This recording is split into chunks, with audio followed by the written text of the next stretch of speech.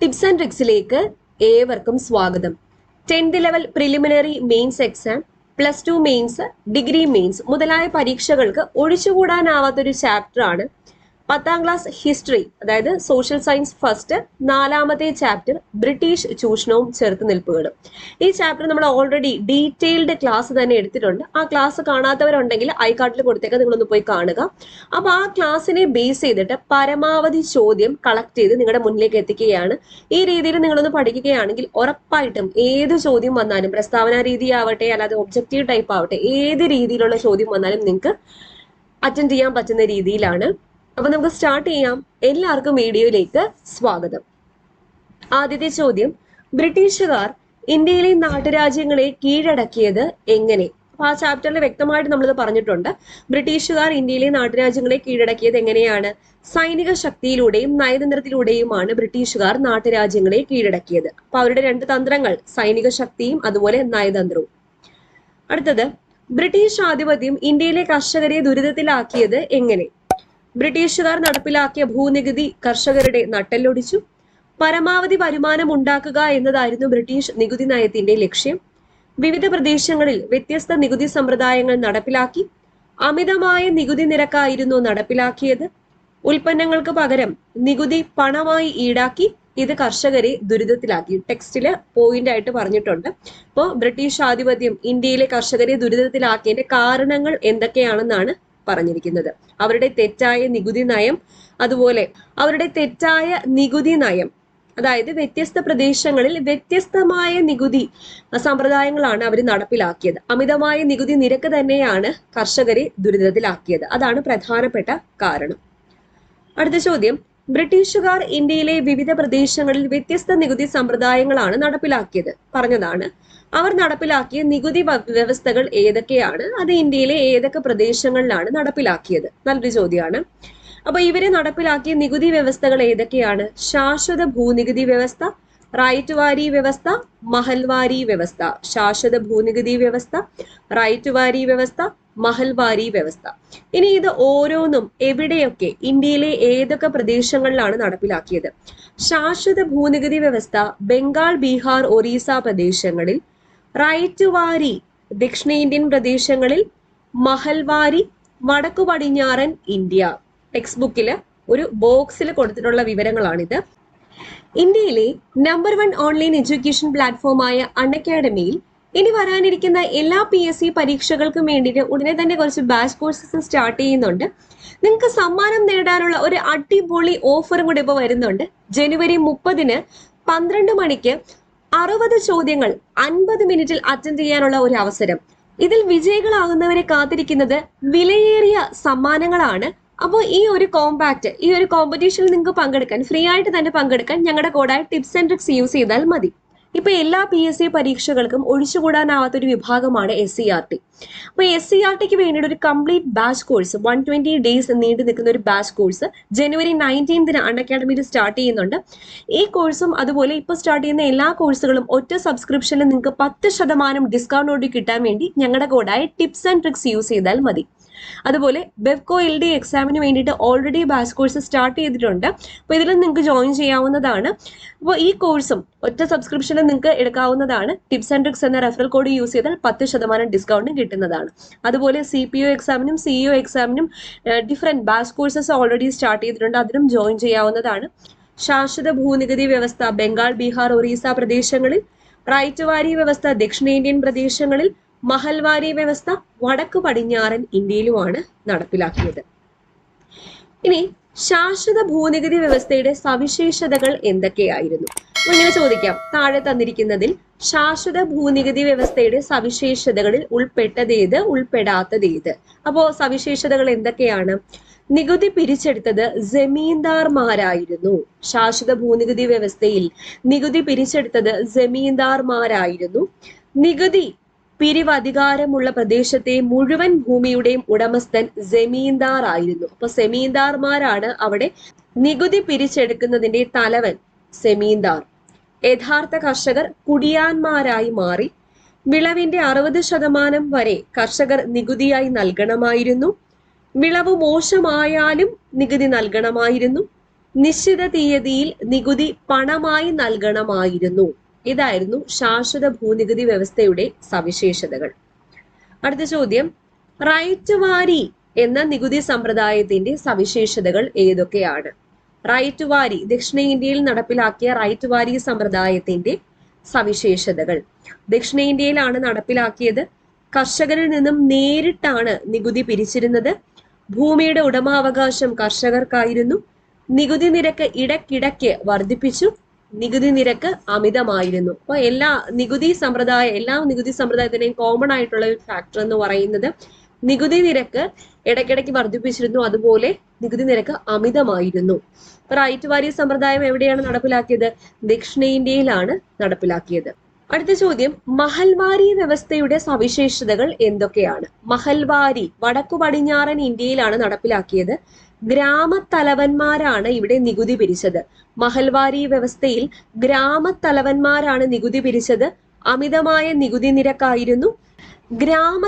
ഗ്രാമത്തെയാണ് മഹൽ എന്ന് വിളിക്കുന്നത്. ഗ്രാമത്തെ അല്ലെങ്കിൽ മഹലിനെ ഒരു യൂണിറ്റായി കണക്കാക്കിയിട്ടാണ് നികുതി പിരിച്ചെടുത്തത്.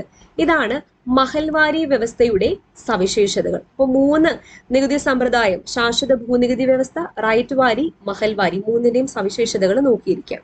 ശാശ്വത ഭൂനികുതി വ്യവസ്ഥ, റൈറ്റ് വാരി, മഹൽവാരി നികുതി സമ്പ്രദായങ്ങളുടെ പ്രത്യേകതകൾ അവതരിപ്പിക്കുക. ഇപ്പൊ പറഞ്ഞ കാര്യമാണ്, ജസ്റ്റ് നിങ്ങൾക്ക് മനസ്സിലാവാൻ വേണ്ടിയിട്ട് ഒരു ഫ്ലോ ചാർട്ടിന്റെ രീതിയിൽ തന്നിരിക്കുന്നു. ശാശ്വത ഭൂനികുതി വ്യവസ്ഥയുടെ പ്രത്യേകതകൾ: ബംഗാൾ, ബീഹാർ, ഒറീസ പ്രദേശങ്ങളിൽ നടപ്പിലാക്കി. ജമീന്ദാർമാർ നികുതി പിരിച്ചു.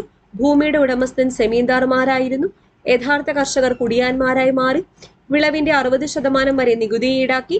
വിളവ് മോശമായാലും നികുതി നൽകണം. നികുതി പണമായി നൽകണമായിരുന്നു. റൈറ്റ് വാരി വ്യവസ്ഥ ദക്ഷിണേന്ത്യയിലാണ് നടപ്പിലാക്കിയത്. നേരിട്ട് നികുതി പിരിക്കുന്ന രീതി. ഭൂമിയുടെ ഉടമസ്ഥത കർഷകർക്കായിരുന്നു. അമിത നികുതി കർഷകരെ ദരിദ്രരാക്കി. നികുതി നിരക്ക് ഇടയ്ക്കിടെ വർദ്ധിപ്പിച്ചു. മഹൽവാരി സമ്പ്രദായത്തിലോ വടക്കു പടിഞ്ഞാറൻ ഇന്ത്യയിലാണ് നടപ്പിലാക്കിയത്.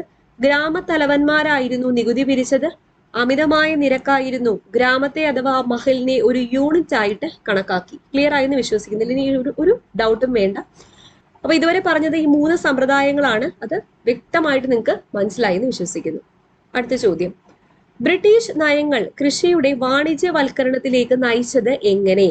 ബ്രിട്ടീഷ് നയങ്ങൾ കൃഷിയുടെ വാണിജ്യവൽക്കരണത്തിലേക്ക്, കൊമേഴ്ഷ്യലൈസേഷനിലേക്ക് എങ്ങനെയാണ് നയിച്ചത്? ഭക്ഷ്യവിളകൾക്ക് പകരം വൻതോതിൽ നാണ്യവിളകൾ കൃഷി ചെയ്തതാണ് കൃഷിയുടെ വാണിജ്യവൽക്കരണം എന്ന് പറയുന്നത്. അപ്പൊ നമ്മൾ ആ ടെക്സ്റ്റിൽ പറഞ്ഞിട്ടുണ്ടായിരുന്നു, ഭക്ഷ്യവിളകൾക്ക് പകരം വൻതോതിൽ എന്ത് കൃഷി ചെയ്യാൻ കർഷകരെ പ്രേരിപ്പിച്ചു? നാണ്യവിളകൾ. ബ്രിട്ടീഷ് ഭരണത്തിൽ നികുതി നിരക്ക് കൂടുതലായിരുന്നു. നികുതി പണമായി തന്നെ നിശ്ചിത തീയതിക്ക് നൽകണമായിരുന്നു. ഓക്കെ, അതുകൊണ്ട് തന്നെ കർഷകർ ഭക്ഷ്യവിളകൾക്ക് പകരം കൂടുതൽ വില ലഭിക്കുന്ന നാണ്യവിളകൾ കൃഷി ചെയ്യാൻ വേണ്ടിയിട്ട് നിർബന്ധിതരായി. അപ്പോ ഇവര് നാണ്യവിളകളായ നീലം, പരുത്തി, തേയില, കരിമ്പ്, ചണം മുതലായവ കൃഷി ചെയ്യാൻ തുടങ്ങി. ഇന്ത്യൻ കൃഷിയിടങ്ങൾ യൂറോപ്പിന് വേണ്ടിയിട്ടാണ് കൃഷി ചെയ്യാൻ വേണ്ടിയിട്ട് തുടങ്ങിയത്. ഇതാണ് അതായത് ഇന്ത്യയിലെ വാണിജ്യവൽക്കരണം, കൃഷിയുടെ വാണിജ്യവൽക്കരണത്തിലേക്ക് നയിച്ച ഘടകങ്ങൾ. അടുത്ത ചോദ്യം, ബ്രിട്ടീഷുകാർ ഇന്ത്യയിൽ നടപ്പിലാക്കിയ നികുതി നയത്തിന്റെ പ്രത്യാഘാതങ്ങൾ എന്തൊക്കെ? അല്ലെങ്കിൽ ഇങ്ങനെയും ചോദിക്കാം, ബ്രിട്ടീഷുകാർ നടപ്പിലാക്കിയ നികുതി നയങ്ങൾ കർഷകരെ കൊള്ളപ്പലിശക്കാരുടെ കൈകളിലേക്ക് തള്ളിവിട്ടത് എങ്ങനെ? അപ്പൊ നികുതി അടയ്ക്കാൻ വേണ്ടിയിട്ട് സ്വാഭാവികമായിട്ടും പൈസ ഇല്ലാതെ വരുമ്പോൾ കർഷകർ കൊള്ളപ്പലിശക്കാരിൽ നിന്നും കടം വാങ്ങി. ഉയർന്ന പലിശ നിരക്ക് ഈടാക്കപ്പെട്ടു. കടവും പലിശയും തിരിച്ചടക്കാനാവാതെ കർഷകർ ഭൂമി കൊള്ളപ്പലിശക്കാർ കീഴടക്കി. കർഷകരുടെ ഭൂമി ആര് കീഴടക്കി? കൊള്ളപ്പലിശക്കാർ കീഴടക്കി. അടുത്ത പ്രധാനപ്പെട്ട ഒരു ചോദ്യമാണ് സാന്താൾ കലാപം. സാന്താൾ കലാപം എന്താണ്? രാജ്മഹൽ കുന്നുകളുടെ താഴ്വരയിൽ, രാജ്മഹൽ കുന്നുകൾ വ്യാപിച്ചു കിടക്കുന്ന സംസ്ഥാനങ്ങൾ ബംഗാൾ, ബീഹാർ, ജാർഖണ്ഡ്. ബംഗാൾ, ബീഹാർ, ജാർഖണ്ഡ്. രാജ്മഹൽ കുന്നുകളുടെ താഴ്വരയിൽ ജീവിച്ചിരുന്ന ഗോത്ര ജനതയായിരുന്നു സാന്താൾമാർ. വനവിഭവം ശേഖരിച്ചും കൃഷി ചെയ്തും വേട്ടയാടിയും കന്നുകാലിയെ വളർത്തിയുമാണ് അവർ കഴിഞ്ഞിരുന്നത്. സാന്താളുകളുടെ ഭൂമി സെമീന്ദാർമാരും കൊള്ളപ്പലിശക്കാരും കൈയടക്കി. സാന്താളുകളെ അടിമകളാക്കി പണി ചെയ്യിച്ചു. ബ്രിട്ടീഷ് വനനിയമം ഗോത്രജീവിതം ദുരിതമയമാക്കി. ബ്രിട്ടീഷുകാർ അവരുടെ ആവശ്യത്തിന് ധാരാളം മരങ്ങൾ മുറിച്ചു മാറ്റി.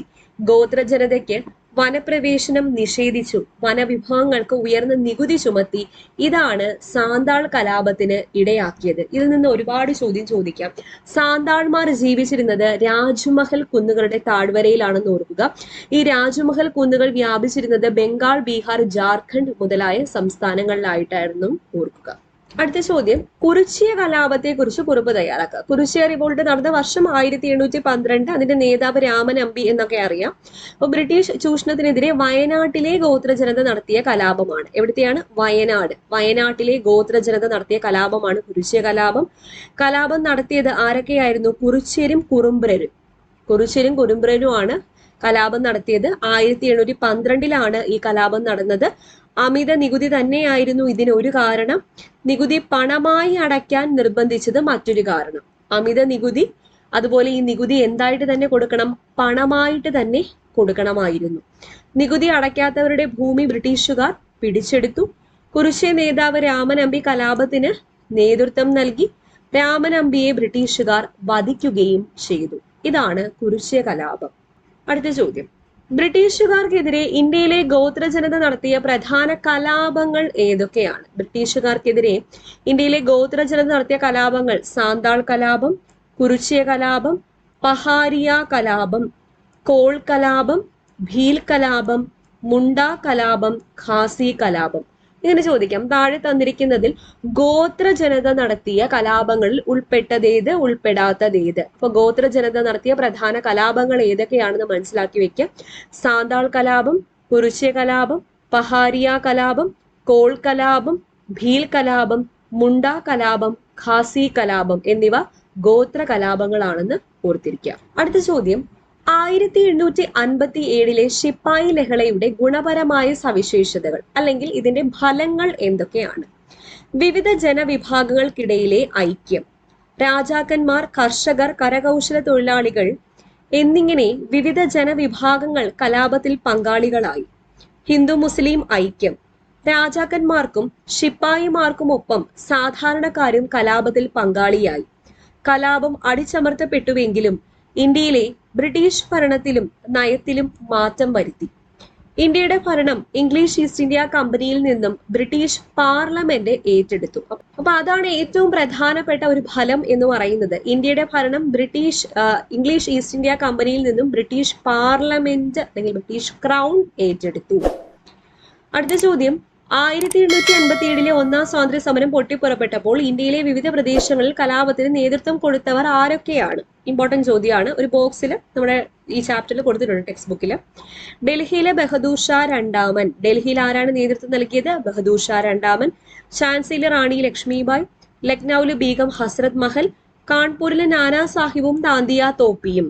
കാൺപൂരിൽ ആരൊക്കെയാണ്? നാനാ സാഹിബ്, താന്തിയ തോപ്പി. ഫൈസാബാദില് മൗലവി അഹമ്മദുള്ള. ഫൈസാബാദിൽ ആരാണ് നേതൃത്വം നൽകിയത്? മൗലവി അഹമ്മദുള്ള. അടുത്ത പ്രധാനപ്പെട്ട ഒരു ചോദ്യം, ദാദാഭായ് നവറോജി ചോർച്ചാ സിദ്ധാന്തം അവതരിപ്പിച്ച ഗ്രന്ഥം ഏതാണ്? ദാദാഭായ് നവറോജി ചോർച്ചാ സിദ്ധാന്തം അവതരിപ്പിച്ച ഗ്രന്ഥം poverty and un-British rule in India. Poverty and un-British rule in India എന്ന ഗ്രന്ഥത്തിലൂടെയാണ് ദാദാഭായ് നവറോജി തന്റെ തിയറി, ചോർച്ചാ സിദ്ധാന്തം അവതരിപ്പിച്ചത്. അടുത്ത ചോദ്യം, താഴെ കൊടുത്തിരിക്കുന്നവയെ ഉചിതമായി ക്രമപ്പെടുത്തുക. എ കോളത്തില് സാന്താൾ കലാപം, മാപ്പിള കലാപം, കുറിച്യ കലാപം, ചോർച്ചാ സിദ്ധാന്തം. ബി കോളത്തില് മലബാർ, ദാദാഭായ് നവറോജി, രാജ്മഹൽ കുന്നുകൾ, വയനാട്. എങ്ങനെയാണ് ഉചിതമായി ക്രമപ്പെടുത്തുന്നത് എന്ന് നോക്കാം. സാന്താൾ കലാപം നടന്നത് എവിടെയാണ്? രാജ്മഹൽ കുന്നുകളിലാണ്. മാപ്പിള കലാപം മലബാർ, കുറിച്യ കലാപം വയനാട്, ചോർച്ചാ സിദ്ധാന്തം ആരാണ്? ചോർച്ചാ സിദ്ധാന്തത്തിന്റെ ഉപജ്ഞാതാവ് ദാദാഭായ് നവറോജി. അപ്പൊ സാന്താൾ കലാപം നടന്നത് രാജ്മഹൽ കുന്നുകൾ, മാപ്പിള കലാപം മലബാർ, കുറിച്യ കലാപം വയനാട്, ചോർച്ചാ സിദ്ധാന്തത്തിന്റെ ഉപജ്ഞാതാവ് ദാദാഭായ് നവറോജി. അപ്പൊ ഇത്രയും ചോദ്യങ്ങളാണ് ഈ ഒരു ചാപ്റ്ററിൽ നിന്നും ഉറപ്പായിട്ടും നിങ്ങൾ പഠിച്ചിരിക്കേണ്ട ചോദ്യങ്ങൾ. അപ്പൊ ഞാൻ പറഞ്ഞതുപോലെ ഈ ചാപ്റ്ററിന്റെ ഡീറ്റെയിൽ ആയിട്ടുള്ള ക്ലാസ് ഞാൻ ഓൾറെഡി എടുത്തിട്ടുണ്ട്. കാണാത്തവരുണ്ടെങ്കിൽ ഐകാർഡിൽ കൊടുത്തേക്കാം, പോയി കാണുക. അല്ലെങ്കിൽ നിങ്ങൾ പ്ലേലിസ്റ്റ് നോക്കി കഴിഞ്ഞു കഴിഞ്ഞാൽ BFA Bevco LD playlist create ചെയ്തിട്ടുണ്ട്. അതിൽ നോക്കിയാൽ ആ ചാപ്റ്റർ കാണാവുന്നതാണ്. ഓക്കെ, അപ്പൊ നമ്മുടെ ടെലഗ്രാം ചാനലിൽ ഇതിന്റെ ഡീറ്റെയിൽ ആയിട്ടുള്ള നോട്ടും അവൈലബിൾ ആയിരിക്കും. ആരെങ്കിലും ജോയിൻ ചെയ്യാനുണ്ടെങ്കിൽ ഫസ്റ്റ് കമന്റ് ആയിട്ട് ടെലഗ്രാം ചാനൽ ലിങ്ക് പിൻ ചെയ്ത് വെച്ചിട്ടുണ്ട്, ജോയിൻ ചെയ്യുക. വീണ്ടും കാണാം. Thank you.